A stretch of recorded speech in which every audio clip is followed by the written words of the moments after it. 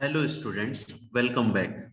हम लोग एसपीएम का स्टडी नोट 2 पढ़ रहे थे और हम लोगों ने इसकी थ्योरी कंप्लीट कर ली थी।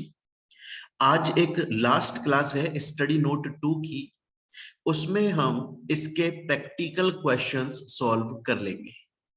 देखिए स्टूडेंट्स, आपके जो मॉड्यूल दिया हुआ है स्टडी मटेरियल जो इंस्टीट्यूट की तरफ से प्रोवाइडेड है, उसके अंदर 3 इलस्ट्रेशंस आपको गिवन है। वो तीनों इलस्ट्रेशंस को हम आज इस वीडियो में सॉल्व करेंगे, जिससे कि आपका स्टडी नोट 2 कंप्लीट हो जाएगा। तो चलिए अब स्टार्ट करते हैं। देखिए, सबसे पहले हम सॉल्व करने जा रहे हैं अपना इलस्ट्रेशन नंबर 1। स्टूडेंट्स, पहले आपको बहुत ही आराम से और एकदम बेसिक से क्वेश्चन को समझना है। देखिए, क्वेश्चन बोलता है कि एक कंपनी है और वो एक प्रोडक्ट बनाती है। वो कंपनी सिर्फ एक ही प्रोडक्ट बनाती है। उस प्रोडक्ट को बनाने में 2 कंपोनेंट्स मतलब रॉ मटेरियल की जरूरत लगती है। 2 टाइप का रॉ मटेरियल चाहिए। अब क्वेश्चन बोल रहा है कि उन 2 कंपोनेंट में से हम बात करेंगे यहां पर सिर्फ एक कंपोनेंट की, वन ऑफ द कंपोनेंट। मतलब कंपनी बनाती तो है एक प्रोडक्ट जिसमें 2 रॉ मटेरियल, 2 कंपोनेंट यूज होते हैं, लेकिन हम इस क्वेश्चन के अंदर उन 2 में से सिर्फ एक ही कंपोनेंट के बारे में बात करेंगे। उसी के बारे में क्वेश्चन में इंफॉर्मेशन दी हुई है। अब वो क्या है वो पढ़ लेते हैं, देखिए आराम से। ये बोल रहा है कि जो एक कंपोनेंट है, उस एक कंपोनेंट को ये कंपनी एक्स लिमिटेड से भी परचेज करती है, वाई लिमिटेड से भी परचेज करती है। मतलब सेम रॉ मटेरियल को, सेम कंपोनेंट को 2 कंपनियों से, 2 सप्लायर से खरीदा जाता है, एक्स लिमिटेड से एंड वाई लिमिटेड से। अब एक्स लिमिटेड की प्राइस कितनी है? एक्स लिमिटेड पर 100 यूनिट्स के लिए 180 रुपीज चार्ज करता है। मतलब वो जो कंपोनेंट देता है एक्स लिमिटेड, वो 100 यूनिट देता है 180 रुपए में, जिसमें से 3% तो डिफेक्टिव निकलती है। और वाई लिमिटेड 100 यूनिट्स देता है 174 रुपीज में, उसमें से 5% डिफेक्टिव निकलती है। क्लियर है? और अगर डैमेज पकड़ में नहीं आता, सपोज कीजिए कंपनी के अंदर एक्स लिमिटेड, वाई लिमिटेड ने वो कंपोनेंट सप्लाई किया इस कंपनी के अंदर, और इस कंपनी में वो डिफेक्टिव यूनिट पकड़ में नहीं आई, डिटेक्ट नहीं हुई, तो वो यूटिलाइज हो जाती है, प्रोडक्शन के अंदर चली जाती है। लेकिन जो प्रोडक्ट बन के तैयार होता है वो तो खराब तैयार होता है ना भाई। कोई गलत कंपोनेंट एक्स लिमिटेड या वाई लिमिटेड ने भेजा, वो डिफेक्टिव था, लेकिन वो पकड़ में आया नहीं, तो वो ऑब्वियस बात है यूटिलाइज हो गया होगा, वो प्रोडक्शन में चला गया, उसको हमने किसी प्रोडक्ट में भी फिनिश गुड्स में कन्वर्ट कर दिया। लेकिन वो फिनिश गुड्स को कोई परचेज ही नहीं करता होगा, कोई कस्टमर क्यों खरीदेगा गलत प्रोडक्ट को? तो जो कंपोनेंट डिफेक्टिव होता है और हमारी पकड़ में नहीं आता, उसका कंपनी को डैमेज होता है 180 रुपए पर यूनिट के हिसाब से। तो अभी तक हमने क्वेश्चन में क्या देखा, एक बार वो दोबारा समझ लो। देखो स्टूडेंट्स, क्वेश्चन को समझना बहुत जरूरी है। अगर क्वेश्चन अच्छे से समझ में आ गया तो फिर आंसर निकालना, कैलकुलेशन करना हमारे लिए टिपिकल नहीं होता।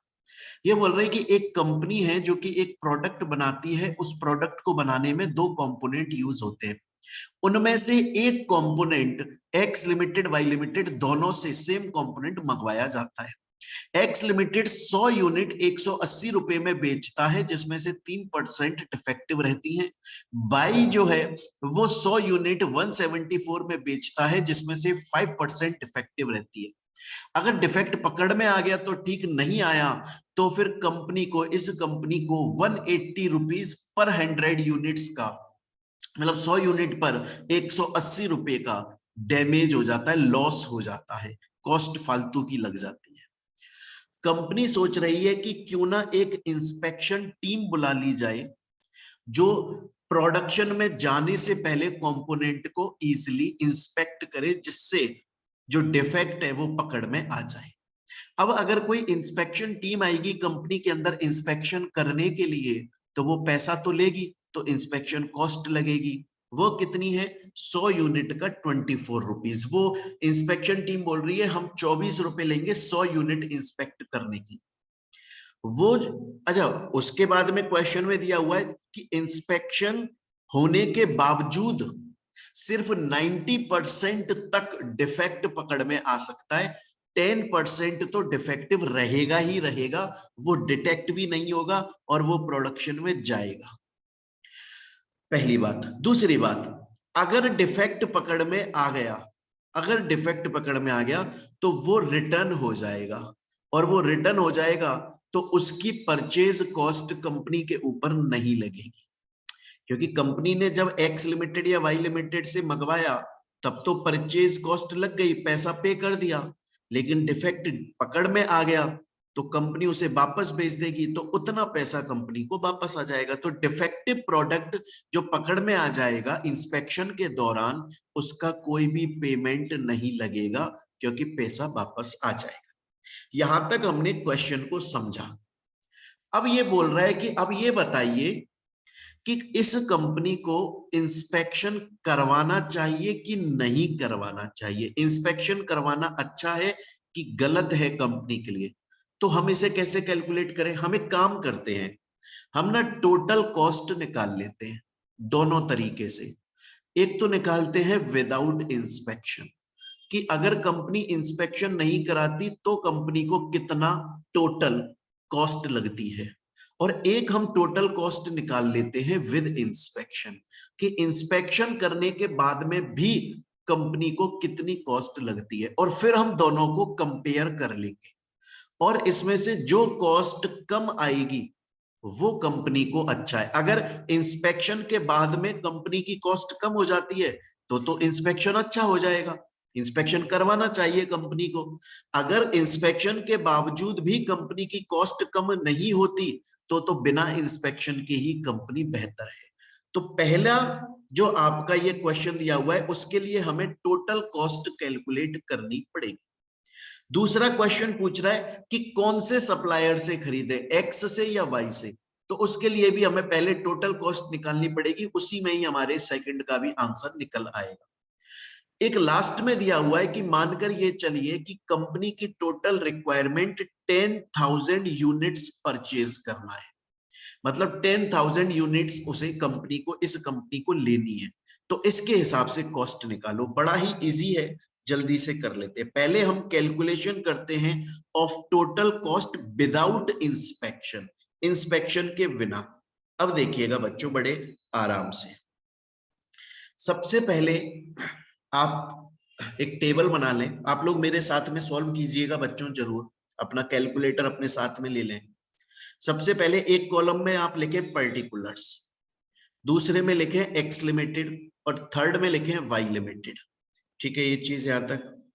अब हम इसे सॉल्व करेंगे, लेकिन सॉल्व करने से पहले स्टूडेंट्स हम लोग एक काम करते हैं, कुछ इंफॉर्मेशन यहां पर लिख लेते हैं। देखिएगा, टोटल यूनिट्स कितनी परचेज करनी है, तो क्वेश्चन ने अभी अभी बोला एंड में कि अज्यूम करो 10,000 यूनिट्स रिक्वायरमेंट है दोनों कंपनीज की, तो एक्स लिमिटेड की भी 10,000 है, वाई लिमिटेड की भी 10,000 है। ओके, परचेज कॉस्ट कितनी लगती है? क्वेश्चन में दिया हुआ है एक्स लिमिटेड 100 यूनिट्स 180 रुपए पर बेचता है, और वाई लिमिटेड 174 100 यूनिट्स का 174 रुपए लेता है। स्टूडेंट्स यहां पर अभी मैं सिर्फ क्वेश्चन की इंफॉर्मेशन को लिख रहा हूं। अच्छा, डिफेक्ट कितना निकलता है? एक्स लिमिटेड के केस में 3% डिफेक्ट निकलता है। हमें परचेज कितनी करनी है? 10,000 यूनिट, उसमें से कितना डिफेक्टिव निकलेगा, क्योंकि इंस्पेक्शन तो हो नहीं रहा है, डिफेक्टिव कितना निकलेगा? 3%, मतलब 10,000 यूनिट्स में से 300 यूनिट्स तो डिफेक्टिव निकलेंगी ही निकलेंगी, क्योंकि ये तो फिक्स है, ये तो क्वेश्चन बोल रहा है। उसी हिसाब से अगर मैं बात करूं तो वाई लिमिटेड के केस में कितना डिफेक्टिव निकलता है? 5%, मतलब 10,000 यूनिट्स टोटल रिक्वायरमेंट है, उसमें से 5% डिफेक्टिव निकलेगी। तो एक बात बताइए, जो गुड यूनिट्स निकलेंगी, जो नॉन डिफेक्टिव होंगी, वो कितना होगा सर? 10,000 में से 300 माइनस कर दो 9700, 10,000 में से 500 माइनस कर दो 9500। ये गुड कंपोनेंट है। मैं दोबारा से बोलता हूं बच्चों, यहां तक मैंने सिर्फ अभी तक जो क्वेश्चन में दिया हुआ है वही इंफॉर्मेशन लिखी है, सॉल्यूशन तो अभी स्टार्ट भी नहीं किया, अब करने वाले हैं। हमने बोला टोटल यूनिट्स 10,000 परचेज करनी है, ये देखो दे रखा है यहां पर। दूसरा, परचेज कॉस्ट 180 रुपए 100 यूनिट का, 174 100 यूनिट का। डिफेक्ट 3% है, मतलब 10,000 के हिसाब से 300 यूनिट डिफेक्टिव होंगी, मतलब जो डिफेक्टिव नहीं होंगी वो 9700। यहाँ पर 5% डिफेक्ट है, मतलब 500 यूनिट डिफेक्टिव होंगी, 10,000 यूनिट अगर हमें टोटल रिक्वायरमेंट है तो बची हुई जो 9500 होंगी वो गुड कंपोनेंट होगा, नॉन डिफेक्टिव होगी। अब हम सॉल्यूशन स्टार्ट करते हैं स्टूडेंट्स, आराम से देखिए। हमें टोटल यूनिट्स 10,000 की रिक्वायरमेंट है, तो सबसे पहले हम परचेज कॉस्ट निकालते हैं, क्योंकि हमें टोटल कॉस्ट निकालनी है विदाउट इंस्पेक्शन। उसके बाद में हम निकालेंगे टोटल कॉस्ट विद इंस्पेक्शन और कंपेयर कर लेंगे। परचेज कॉस्ट 10,000 यूनिट के लिए निकालिए। ये बोल रहा है 100 यूनिट 180 रुपए पे बेचता है, तो फिर 10,000 यूनिट कितने पर बेचेगा?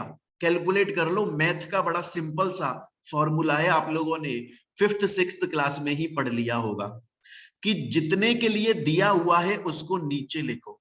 180 रुपए प्राइस दी हुई है 100 यूनिट के लिए, तो 100 यूनिट नीचे आ गया, और जितने के लिए निकालना है उसे इनटू में लिखो। हमें निकालनी है 10,000 यूनिट की कितनी प्राइस होगी। अगर एक्स लिमिटेड 100 यूनिट 180 रुपए में बेचता है, तो 10,000 यूनिट हमें वो 18,000 रुपए में बेचेगा।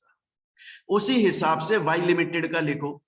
100 यूनिट के लिए 174 रुपए लेता है, मतलब 174 100 यूनिट के लिए। हमें निकालनी है 10,000 के लिए, तो 17,400 वाई लिमिटेड लेगा। बड़ा सिंपल सा है ये, यहां तक मैंने जो आपको बताया। अच्छा, इसमें से कुछ डैमेज कॉस्ट भी हो जाती है। देखो क्वेश्चन में क्या लिखा है यहां पर, देखिए देखें एक मिनट, क्वेश्चन साफ साफ बोल रहा है डैमेज जो डिफेक्ट है जब पकड़ में नहीं आता तो कंपनी की कॉस्ट लग जाती है 180 रुपए 100 यूनिट के लिए। क्लियर है? हमारे केस में डिफेक्ट कितना है, देखो यहां पे लिखा हुआ है 300 यूनिट, तो कितनी कॉस्ट लग जाएगी? क्योंकि इंस्पेक्शन तो हो नहीं रहा ना, तो कॉस्ट तो ऑब्वियस बात है कंपनी की लगनी है। तो एक तो हमने निकाल दी परचेज कॉस्ट। हमें एट लास्ट क्या निकालना है? Total cost. टोटल कॉस्ट कैसे निकलेगी? सभी कॉस्ट को निकाल के प्लस कर दो। परचेज कॉस्ट तो हमने निकाली, कैसे निकाली? 180 रुपीज 100 यूनिट का, तो 10,000 यूनिट के लिए 18,000 एक्स लिमिटेड का, उसी हिसाब से वाई का। अब निकाल दो डैमेज कॉस्ट। कैसे निकालोगे? 180 रुपए कॉस्ट लगती है 100 यूनिट का डैमेज अगर होता है। हमारा डैमेज हो कितना रहा है? टोटल 300 यूनिट का, तो उसके हिसाब से निकाल दो कितना आ जाएगा। देखो 540। उसी हिसाब से बच्चों वाई के केस में कितना डिफेक्ट हो जाता है? 500 यूनिट्स का निकाला था ना हमने यहाँ पर 500 का, तो वो निकाल दो। 180 रुपए डिफेक्ट होता है 100 यूनिट का, हमें निकालना है 500 यूनिट का। मैंने बोला जितने के लिए दिया हुआ है उसे नीचे लिखो, जितने के लिए निकालना है उसे इनटू में करो 900। तो परचेज कॉस्ट तो ये लग गई और डैमेज कॉस्ट ये लग गई, इन दोनों को प्लस कर लो, ये हो गई टोटल कॉस्ट। इंस्पेक्शन यहां पर करनी रहे तो इंस्पेक्शन कॉस्ट हमारी लगेगी नहीं, तो हमारी अभी तक टोटल कॉस्ट कितनी आ गई? 18,540, और यहां पर आ गई 18,300। कैसे? इनको प्लस कर दिया। दोबारा समझाता हूं, बहुत आराम से समझिए। क्वेश्चन क्या बोल रहा है? क्वेश्चन बोल रहा है, एक और बार आराम से समझ लो बच्चों, एक एक चीज क्लियर होनी चाहिए आपकी। क्वेश्चन बोल रहा है कि हमें इंस्पेक्शन कराना अच्छा रहेगा कि बिना इंस्पेक्शन, तो हम एक बार विदाउट इंस्पेक्शन टोटल कॉस्ट निकालेंगे और फिर हम इंस्पेक्शन के साथ में टोटल कॉस्ट निकालेंगे और कंपेयर करेंगे। उसके लिए हमें क्या निकालना पड़ेगा? टोटल कॉस्ट कैसे निकलती है इस वाले केस में? विदाउट इंस्पेक्शन में पहले निकालिए आप परचेज कॉस्ट। कैसे निकालोगे परचेज कॉस्ट? देखो परचेज कितनी यूनिट्स करनी है? 10,000। एक्स लिमिटेड कितना लेता है 180 रुपए 100 यूनिट का, तो 10,000 के लिए कितना लेगा 18,000। वाई लिमिटेड कितना लेगा,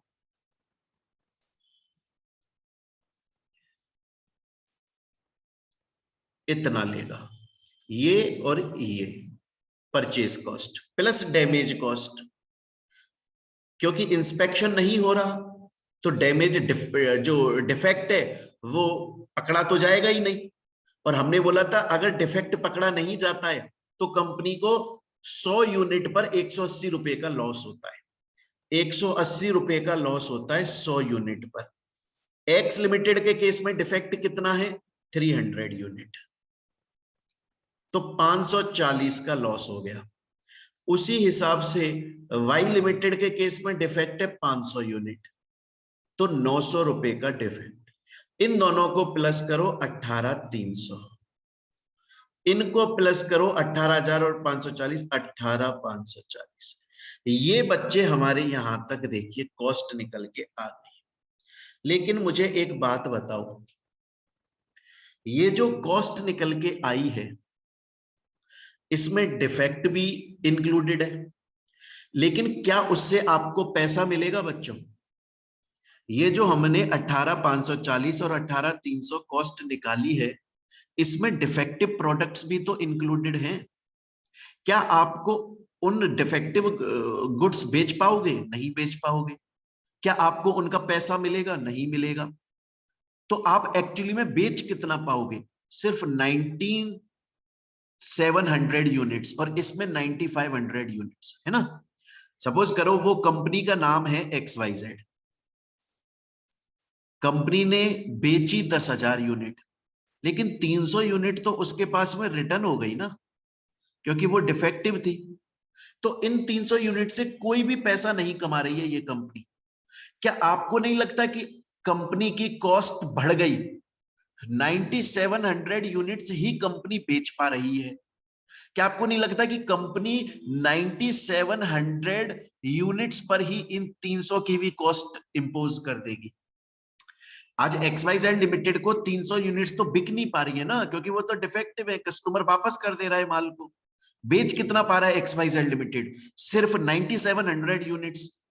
तो वो 300 यूनिट की जो कॉस्ट है वो भी तो इसी में इंपोज करेगा, जिससे इसकी प्राइस उतनी निकाल के दे कस्टमर को कि इसका भी प्रॉफिट इसमें अर्न कर ले।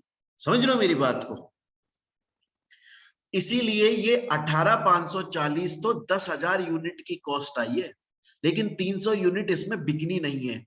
हमें गुड कंपोनेंट के हिसाब से कॉस्ट निकालो कि एक्चुअल में कितनी कॉस्ट लग रही है, क्योंकि वो 300 यूनिट आपको कुछ कमाकर नहीं देगी, वो टोटल लॉस हो जाएगा। तो 18,540 डिवाइडेड बाई 9,700, ये कंसेप्ट समझ में आना चाहिए बच्चों। आपको मैं दोबारा समझाता हूं। सपोज कीजिए एक दुकानदार है, उसका नाम है रामू।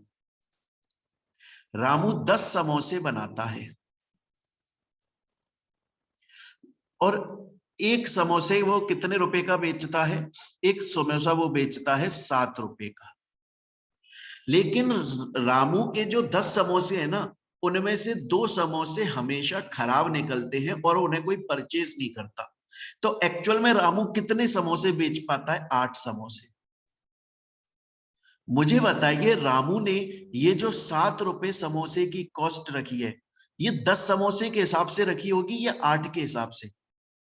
ये जो 2 समोसे वो बनाता है लेकिन वो बिकते नहीं है, इसमें कंपनी रामू की लागत तो लग रही है ना, लेकिन रिटर्न में तो कुछ भी नहीं आ रहा है, पैसा तो कमा के दे नहीं रहा है। तो ये 2 समोसे का भी पैसा इसने इस 8 समोसे की कॉस्ट में जोड़ दिया होगा।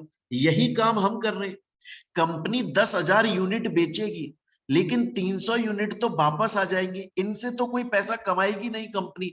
एक्चुअल में कंपनी 19,700 ही यूनिट बेच पाएगी, इस केस में 9,500 यूनिट ही बेच पाएगी। तो आपको नहीं लगता कि जो 300 यूनिट उसकी बेकार है, उनका भी पैसा इस पर इंपोज हो रहा है, और इस पर 500 वाले का इस पे भी इंपोज हो रहा है। इसीलिए हम क्या कर रहे हैं, 18,540 रुपए 10,000 यूनिट की कॉस्ट है, लेकिन हमें पता है 300 यूनिट हमारी डिफेक्टिव निकलेंगी। तो जितनी यूनिट हम बेच सकते हैं उसकी कॉस्ट निकालो, उसी पर तो अपना प्रॉफिट मार्जिन जोड़कर कंपनी एक्चुअल एमआरपी लिखेगी जो कस्टमर को बेचेगी। तो हम 19700 के हिसाब से गुड कंपोनेंट के हिसाब से कॉस्ट निकालेंगे, total cost per good component, क्योंकि बिकना यही है एट लास्ट। ये आ जाएगी और इसमें ये आ जाएगी। अब पूरे क्वेश्चन में सब कुछ 100 यूनिट्स के हिसाब से दिया हुआ है, तो इसको भी 100 यूनिट्स के हिसाब से निकाल लो। तो एक्स लिमिटेड से कितनी कॉस्ट पड़ रही है? 191.13, 100 यूनिट्स की। और वाई लिमिटेड से 100 यूनिट्स की कितनी कॉस्ट पड़ रही है? 192.63 विदाउट इंस्पेक्शन। अब इंस्पेक्शन के हिसाब से कर लेते हैं।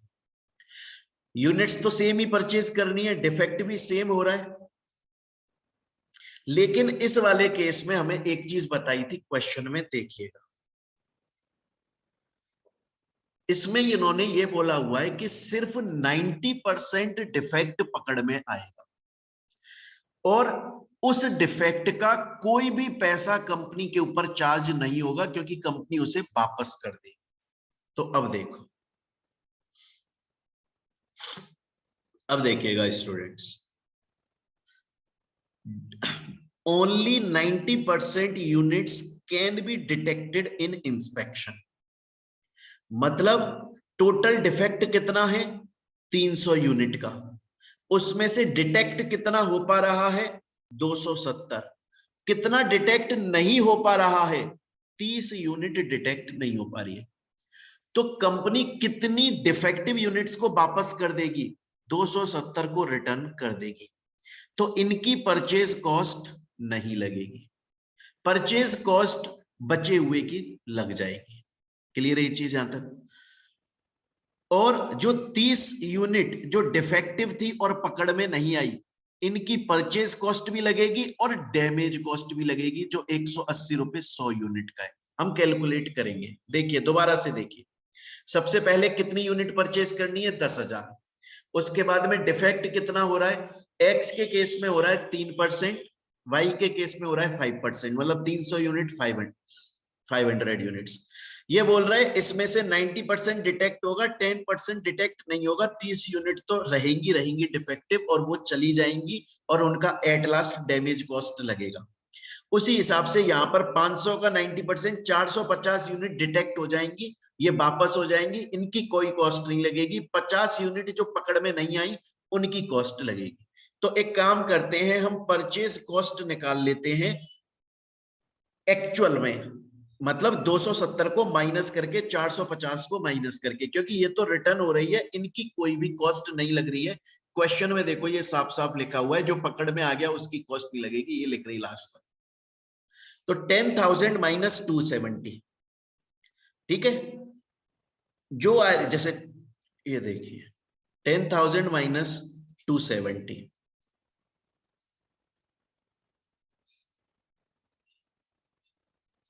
ये आ गया 9,730। इसकी कॉस्ट निकाल लो, 180 रुपए 100 यूनिट का, तो ये आ गई परचेज कॉस्ट। और इस केस में इसी तरह से 10,000 में से पहले 450 को माइनस कर लो, बचे हुए का आप परचेज कॉस्ट निकालो। स्टूडेंट बोलता है सर मैं समझ गया, यहाँ आप बोल रहे हो कि जो यूनिट डिफेक्टिव थी और पकड़ में आ गई वो वापस हो गई, उसका कोई खर्चा नहीं लगेगा, तो 10,000 में से ये माइनस हो जाएगी, बचा हुआ हमें परचेज कॉस्ट इंपोज होगी, क्योंकि क्वेश्चन बोल रहा है तो परचेज कॉस्ट ये लग। अच्छा, इंस्पेक्शन कॉस्ट भी तो लग रही है ना, इंस्पेक्शन तो पूरी की पूरी 10,000 यूनिट का हो रहा है, और इंस्पेक्शन तो एग्जाम में दिया हुआ है 24 रुपया लग रहा है 100 यूनिट का, दोनों के लिए बराबर है, तो 2400 रुपये लग गए। मैंने बोला था कि 10% जो डिफेक्टिव यूनिट्स हैं वो पकड़ में नहीं आएंगी, इस केस में 30 यूनिट, इस केस में 50 यूनिट पकड़ में नहीं आएंगी और वो प्रोडक्शन में चली जाएंगी।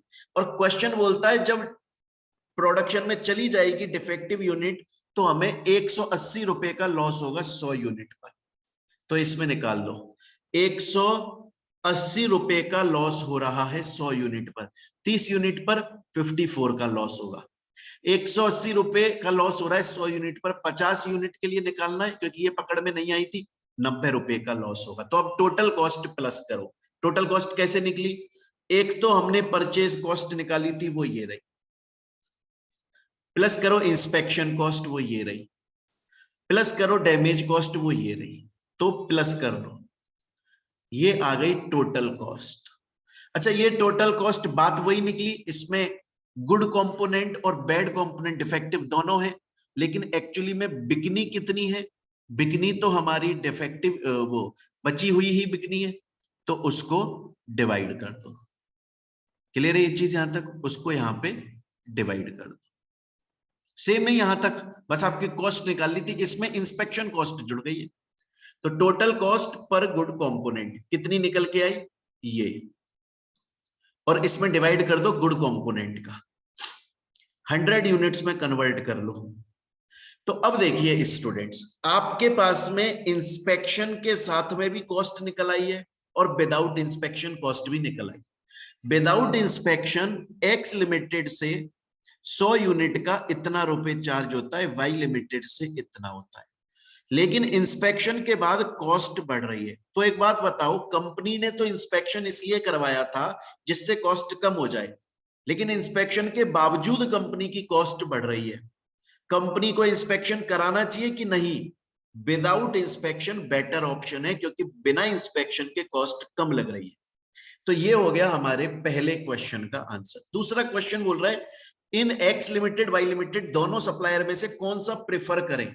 तो देख लो ना, कौन कॉस्ट कम ले रहा है। एक्स लिमिटेड 191 ले रहा है, वाई 192 ले रहा है, तो एक्स लिमिटेड हमारे लिए ज्यादा बेहतर होगा विदाउट इंस्पेक्शन। स्टूडेंट्स, ये हुआ आपका सॉल्व, बहुत ही सिंपल है।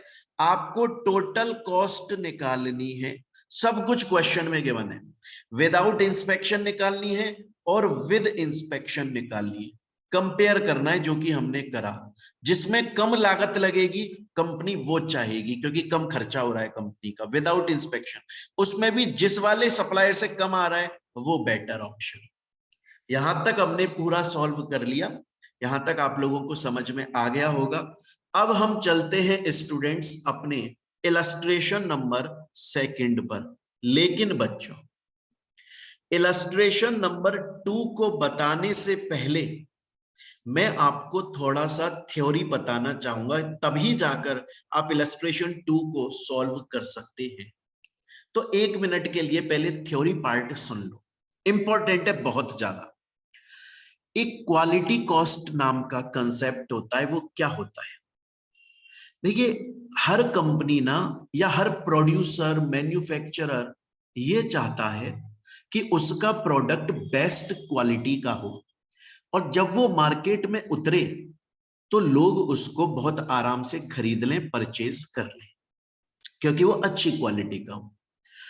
तो एक कॉस्ट और लगाती है कंपनी अपनी तरफ से प्रोडक्ट की क्वालिटी को इंप्रूव करने के लिए। स्पेलिंग इसकी सही करनी पड़ी, क्वालिटी को इंप्रूव करने के लिए। अच्छा, ये जो क्वालिटी कॉस्ट है, प्रोडक्शन स्टार्ट होने से पहले भी लगती है, प्रोडक्शन के दौरान भी लगती है, और प्रोडक्शन के बाद भी लगती है। हर स्टेज पर लगती है, क्योंकि कंपनी चाहती है उसका प्रोडक्ट बेस्ट। अब ये क्वालिटी कॉस्ट 3 टाइप की होती है स्टूडेंट्स, ये आपको बहुत अच्छे से समझ लेना है, क्योंकि पूरा क्वेश्चन इसी पे डिपेंड करता है। एक होती है प्रिवेंशन क्वालिटी कॉस्ट, नाम से पता चल रहा है प्रिवेंशन। प्रिवेंशन का मतलब पहले से प्रिवेंट कर लो, पहले से बचाव कर लो, पहले से उपाय कर लो, जिससे कोई लॉस हो ही नहीं।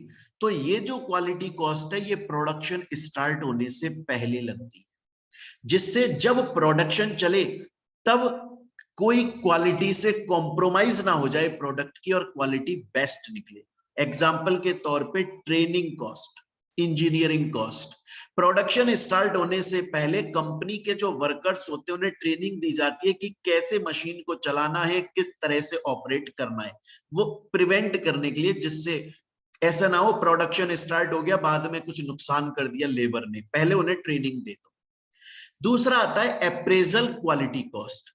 ये कॉस्ट प्रोडक्शन के दौरान या प्रोडक्शन खत्म होने के बाद कभी भी लग सकती है, लेकिन कस्टमर को डिलीवरी देने से पहले, मतलब प्रोडक्शन स्टार्ट हो चुका है, चल रहा है, या प्रोडक्शन खत्म हो गया है, कभी भी इंपोज हो सकती है ये कॉस्ट, लेकिन कस्टमर को डिलीवरी देने से पहले, और ये होती है इंस्पेक्शन कॉस्ट। और एक लास्ट आती है failure quality cost. Failure quality cost में क्या आता है बच्चों, ये दो टाइप की होती है, internal external. Internal failure quality cost का मतलब है जब इंस्पेक्शन किया गया था इस सेकंड वाले पॉइंट में और डिफेक्टिव गुड्स जो है वो पकड़ में आ गई, तो क्या किया जाएगा, उस डिफेक्ट को हटाया जाएगा और प्रोडक्ट को कस्टमर की रिक्वायरमेंट के हिसाब से, एक्सपेक्टेशन के हिसाब से, क्वालिटी के हिसाब से बदला जाएगा। जैसे ये प्रोडक्ट बना, इसमें थोड़ा सा डिफेक्ट है, तो डिफेक्ट को हटाओ और प्रोडक्ट को क्वालिटी के हिसाब से बेस्ट करो, मतलब उस प्रोडक्ट पे रिवर्क करो, या उसे अगर पॉसिबल है तो उसी में ही कुछ सही कर दो, नहीं तो उसे रिप्रोड्यूस करो, वरना उसे रिसाइकल करो। ये इंटरनल, अंदर ही अंदर की फेलियर क्वालिटी कॉस्ट है। एक एक्सटर्नल भी लगती है कि इंस्पेक्शन के बावजूद डिफेक्ट पकड़ में ही नहीं आया, तो आपने प्रोडक्ट बेच दिया, तो कस्टमर उसे रिटर्न कर देगा, रिटर्न कर देगा तो फिर आपकी कॉस्ट लग गई, रिप्लेसमेंट वारंटी। बच्चे ये है क्वालिटी कॉस्ट, ये आपको पढ़ना जरूरी था, क्योंकि जो इलस्ट्रेशन नंबर 2 दिया हुआ है वो उसके अंदर आपको बहुत सारी कॉस्ट दी हुई है और बोला हुआ है कि आपको ये बताना है इनमें से कौन सी प्रिवेंशन कॉस्ट है, कौन सी अप्रेजल कॉस्ट है, कौन सी इंटरनल फेलियर है, कौन सी एक्सटर्नल फेलियर है, आपको ये सब बताना है। ये दिया हुआ है आपके इस क्वेश्चन के अंदर। तो बच्चों बड़े ध्यान से देखिएगा, मैं सॉल्व करवा देता हूं, जल्दी से देखिए। टीक्यू लिमिटेड नाम की एक कंपनी है, वो एक क्वालिटी इंप्रूवमेंट प्रोग्राम इंप्लीमेंट कर चुकी है। 2011-2012 दो आपको ईयर दिए हुए, मतलब क्वालिटी, ये टीक्यू लिमिटेड ने जब quality management program, quality improvement program start किया, क्यूआईपी स्टार्ट किया, तो 2011 में स्टार्ट किया, अब 2012 आ गया, तो डिफरेंस बता रहे हैं कि पहले कितनी लागत लगती थी, अब कितनी लग रही है, कंपनी को इस प्रोग्राम से कितना फायदा हुआ। सेल्स तो सेम है, स्क्रैप पहले 600 निकलता था, अब सिर्फ 300 का स्क्रैप निकलता है, मतलब इंप्रूवमेंट प्रोग्राम ने कमाल करा है। रिवर्क पहले 500 का करना पड़ता था, अब सिर्फ 400 का करना पड़ता है। इंस्पेक्शन कॉस्ट तो बढ़ेगी बढ़ेगी क्योंकि इंप्रूवमेंट प्रोग्राम आपने लागू किया है। अच्छा, वारंटी की कॉस्ट कम हो गई, आधी हो गई। क्वालिटी ट्रेनिंग भी बढ़ेगी क्योंकि ट्रेनिंग भी तो आप दे ही रहे हो ना। और मटेरियल इंस्पेक्शन जो है फिर एट लास्ट वो कम हो गया। तो सबसे पहले हमें क्या करना है, क्लासिफाई करना है। सब कुछ दिया हुआ है, देखो यहीं पे निकल आएगा। सबसे पहले आप देखो, प्रिवेंशन कॉस्ट में हमने क्या पढ़ा था बच्चों, प्रिवेंशन कॉस्ट का मतलब होता है ट्रेनिंग कॉस्ट। देखो कहीं पे यहाँ ट्रेनिंग दी हुई है क्या, ये रही ट्रेनिंग, तो ये आ जाएगा आपके प्रिवेंशन कॉस्ट के अंदर 2011-2012। पहले कॉस्ट लिख लो, फिर मैं आगे का बताऊंगा आपको, है ना, पहले सिर्फ कॉस्ट कॉस्ट लिख। दूसरा यहां पर देखो अप्रेजल कॉस्ट। अप्रेजल कॉस्ट मैंने क्या बताया था कि कोई भी टाइप का इंस्पेक्शन है वो अप्रेजल कॉस्ट में आता है। तो एक तो ये रहा इंस्पेक्शन, एक ये रहा इंस्पेक्शन, ये भी अप्रेजल कॉस्ट है, इसको नोट डाउन कर लो। लिख लिया, 2011 का अलग, 2012 का अलग। अब इंटरनल फेलियर कॉस्ट, उसमें मैंने क्या बोला था, इंटरनल फेलियर कॉस्ट के अंदर कि कोई भी स्क्रैप निकलता है उस पे हम रिवर्क करते हैं। तो देखो, देखिए ये रहा स्क्रैप और ये रहा रिवर्क, ये हो गया आपका इंटरनल। और बच गई आपकी एक्सटर्नल। मैंने बताया था वारंटी एक्सटर्नल में आ जाती है, वारंटी आपकी एक्सटर्नल में आ गई। तो बच्चों यहां तक आपने कॉस्ट लिख ली है, क्लियर है ये चीज, टोटल कॉस्ट आपको पता चल गई है। 2011 की अलग पता चल गई, 2012 की अलग पता चल गई। अब देखिए आप इसमें क्या बोला है, इसमें निकालना है आपको ये जो कॉस्ट है उसे सेल्स के परसेंटेज के अकॉर्डिंगली निकालना है। तो सेल्स के परसेंटेज के अकॉर्डिंगली निकाल लीजिए, बड़ा सिंपल सा दिया हुआ है। देखो क्वालिटी ट्रेनिंग कॉस्ट आपको कितनी दी हुई है, सेल्स कितनी है आपकी 6000 की है ना, और क्वालिटी ट्रेनिंग कितना दिया हुआ है, यहां पर दिया हुआ है 75 और यहां पर दिया हुआ है आपको 150। तो देखिए सीएमए फाइनल में आप लोग हो, आपको सेल्स का परसेंटेज निकालना तो मेरे ख्याल से ऑब्वियसली आता होगा। 75 आपकी कॉस्ट है, 6000 आपकी सेल्स है, परसेंटेज निकाल लो, इसकी आ जाएगी 1.25। और उसी हिसाब से यहाँ पर 150 आपकी कॉस्ट है, 6000 आपकी सेल है, इसकी निकाल लो, ये आ जाएगी 2.50। ऑल दो इसका डबल कर देते 75 एंड 50 तो भी 2.50। उसी तरह से यहाँ पे निकाल लो, 280 आपकी कॉस्ट है, 6000 आपकी सेल है, ये आ जाएगा ये। 300 आपकी कॉस्ट है, 6000 आपकी सेल है, इंटू 100 ये आ गया। इसी तरह से इसकी निकाल लो और इसी तरह से लास्ट निकाल लो, है ना। 1100 डिवाइडेड बाय 6000 इंटू 100 वो ये आ जाएगा। 700 डिवाइडेड बाय 6000 इंटू 100 वो ये आ जाए। चलिए, तो यहाँ पर हमने अभी तक क्या किया, अभी तक हमने सबसे पहले कॉस्ट को यहाँ पे अलग अलग क्लासिफाई कर दिया और सेल्स के हिसाब से उसकी परसेंटेज निकाल दी। कैसे, मैथ से सिंपल सी करते आ रहे हो, सीएमए फाइनल में आ चुके हो, इस हिसाब से। अपना एक काम करो, सभी टोटल कॉस्ट को प्लस करो, जितनी कॉस्ट आपको दी हुई है ना उस सबको प्लस कर लो। 75 प्लस 280 प्लस 1100 प्लस 300, टोटल आ गई 1755। उसी तरह से यहाँ पे आ जाएगी 1300 और ये परसेंटेज। अब एक बात बताओ बच्चों, मेरे को बहुत आराम से देखना, यहां तक आपको सब कुछ समझ में आ गया। अब मैं जो क्वेश्चन पूछ रहा हूं उसे बड़े प्यार से आपको मुझको जवाब देना। एक बात बताइए, 2011 में कॉस्ट कितनी लग रही थी? और ये 1000 में और है, इसके आगे 3 जीरो और जोड़ लेना, क्यों है? क्योंकि क्वेश्चन में दिया हुआ है 1000 में। 2012 में आपकी कॉस्ट कितनी लग रही है? क्या आपको नहीं लगता कॉस्ट कम हो गई? पहले 17,55,000 रुपए, 17,55,000 रुपीज कॉस्ट थी, अब सिर्फ 13 लाख आपकी कॉस्ट है।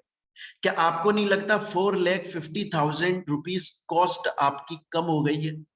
परसेंटेज में बात करूं तो 29.25 पहले परसेंटेज कॉस्ट लग रही थी, अब सिर्फ 21.67 कॉस्ट लग रही है, मतलब 7.58% कॉस्ट कम हो गई। तो बच्चों आपका खर्चा कम हो गया, कंपनी का खर्चा कम हो गया। परसेंटेज में बात करूं तो 7.58% का खर्चा कम हो गया। रुपए में बात करूं तो 4,55,000 रुपए का खर्चा कम हो गया। अगर ये खर्चा हो गया कम तो क्या कंपनी की ये प्रॉफिट नहीं हो गई? यही चीज, अगर आपका खर्चा कम हो जाता है तो वो चीज आपका प्रॉफिट तो बन जाती है। तो देखा जाए तो 4,55,000 रुपए का प्रॉफिट हो गया कंपनी को। 4,55,000 रुपए का प्रॉफिट हो गया कंपनी को। कैसे हो गया? क्योंकि कॉस्ट रिड्यूस हुई, और कॉस्ट रिड्यूस होने का मतलब क्या होता है? प्रॉफिट का बढ़ना। आप 1,00,000 रुपए कमाते हैं, अभी तक आपकी 70,000 रुपए महीने की कॉस्ट लग रही थी, तो आपके पास 30,000 रुपया प्रॉफिट का बचता था। मैं आपसे बोल रहा हूं अब आपकी लागत सिर्फ 50,000 लगेगी, क्या 20,000 रुपए आपका एक्स्ट्रा प्रॉफिट बढ़ नहीं गया? अगर पैसा हमारा खर्चा कम हो जाता है तो फिर हमारा प्रॉफिट बढ़ जाता है। हमारा यहाँ पर खर्चा कम हो गया 4,55,000 रुपए का, तो 4,55,000 रुपए का प्रॉफिट बढ़ गया बच्चों। आप अगर दूसरे हिसाब से निकालना है तो आप ऐसे निकाल दो कि 6,000 रुपए की सेल्स है और उसका 7.58% आपकी कॉस्ट कम हुई है, राउंड फिगर में 455 रुपए की कॉस्ट कम हुई, इसे 1000 में कर लो, 4 लाख। ये ऑल्टरनेट मेथड है। बेस्ट मेथड क्या है? 2011 में हमारा खर्चा 17,55,000 लगता था, 2012 में सिर्फ 13 लाख लगता है। 4,55,000 रुपए की हमारी कॉस्ट कम हो गई, वो हमारे लिए प्रॉफिट हो गया। पहले हमारा कॉस्ट 29.25% लगता था, अब सिर्फ 21.67% लगता है, मतलब 7.58% का प्रॉफिट हमारा बढ़ गया है क्योंकि कॉस्ट कम हो गई। देखो यही बात सेकंड पॉइंट बोल रहा है, कितना परसेंट प्रॉफिट बढ़ गया, कितना अमाउंट, 4,55,000 रुपए का प्रॉफिट इंक्रीज हो गया इस क्वालिटी इंप्रूवमेंट प्रोग्राम से। तो बच्चों यहां तक हम लोगों ने इलस्ट्रेशन नंबर 2 कर लिया और अब हम चलते हैं हमारे लास्ट इलस्ट्रेशन नंबर 3 पर। बड़े ध्यान से पढ़ेंगे हम इसको।